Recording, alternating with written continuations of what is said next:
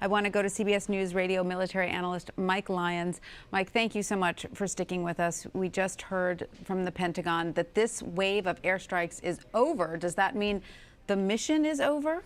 I think the president left that door wide open. I think they're going to look at battle damage assessment. They're going to measure what the Assad government does. I mean, I don't believe they'll go ahead and fire a chemical weapon tomorrow. That would just be crazy for them to do that.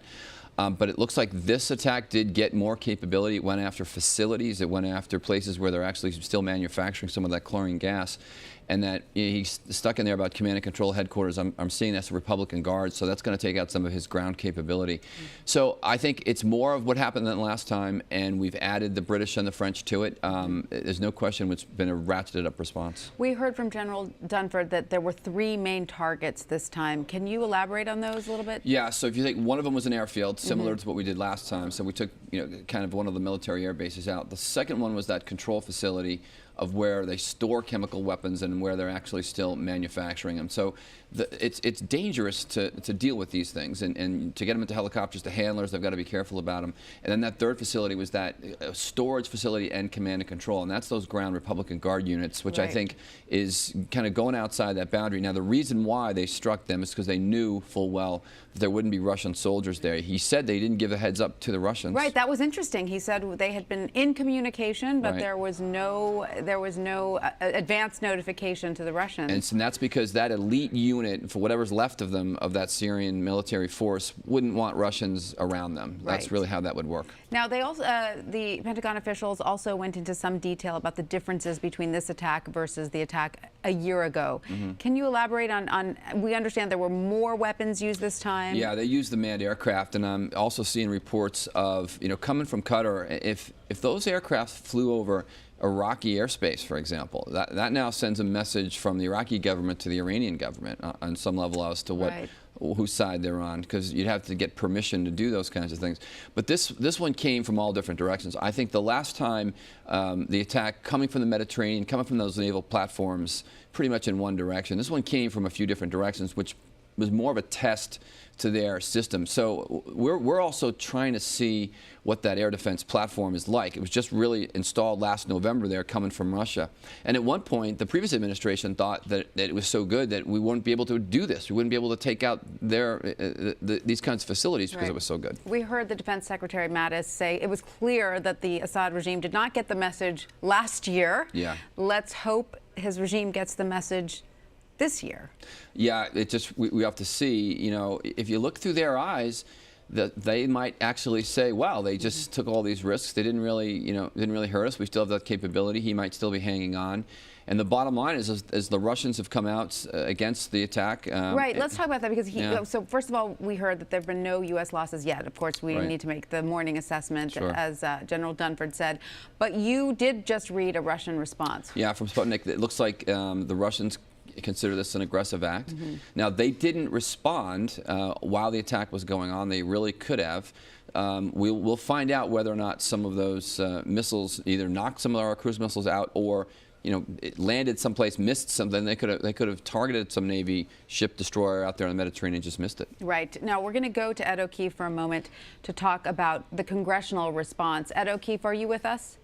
I am, Tanya. So, Ed, what are you hearing from Congress? I mean, we've seen a couple of tweets, one from Senator Bob Casey, sort of saying, while Bashar al-Assad must be held accountable for his unlawful use of chemical weapons against civilians, the strikes that are being carried out are being done without a congressional authorization. Are you hearing other lawmakers there complain about this?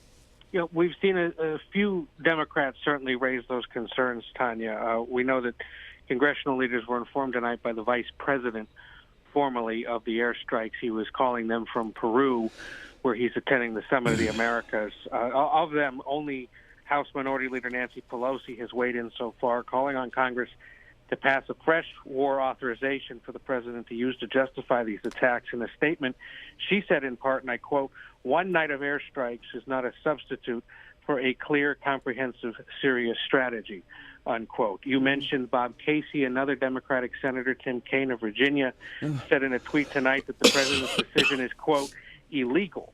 We need to stop giving presidents a blank check to wage war.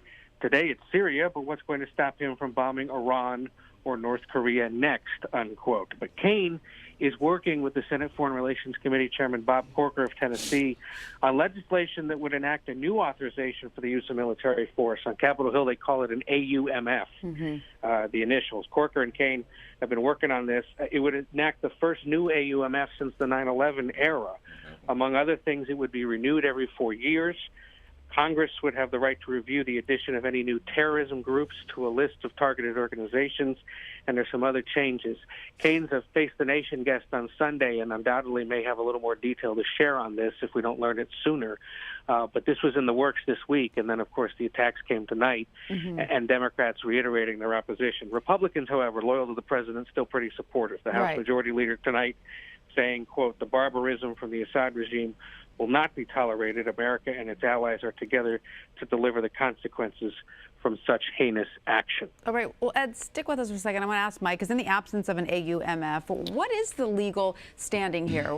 Is what the president did tonight legal? Yeah, there's going to be two sides to that. Some will say not, some will say it is. But the Constitution does give the president authorization to go to war. But the War Powers Act really limits him from staying at war. So with the next 48 hours, he has to notify Congress of this.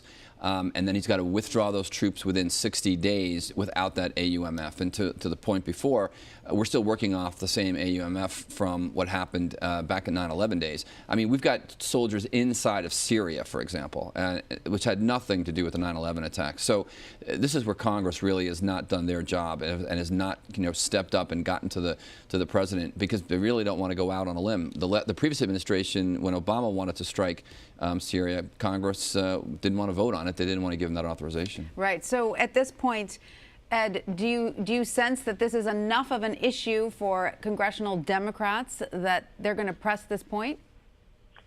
This, in addition to everything else, Tanya, yes. I think, this has been bubbling under the surface really since the Trump administration began. And frankly, it would have been bubbling underneath the surface if somebody else had become president, because there are a number of lawmakers in both parties who have been saying for years that there needs to be a new authorization established, because, al-Qaeda really doesn't exist the way it did 17 years ago. With ISIS being the focus, that organization has never been codified into one of these types of laws.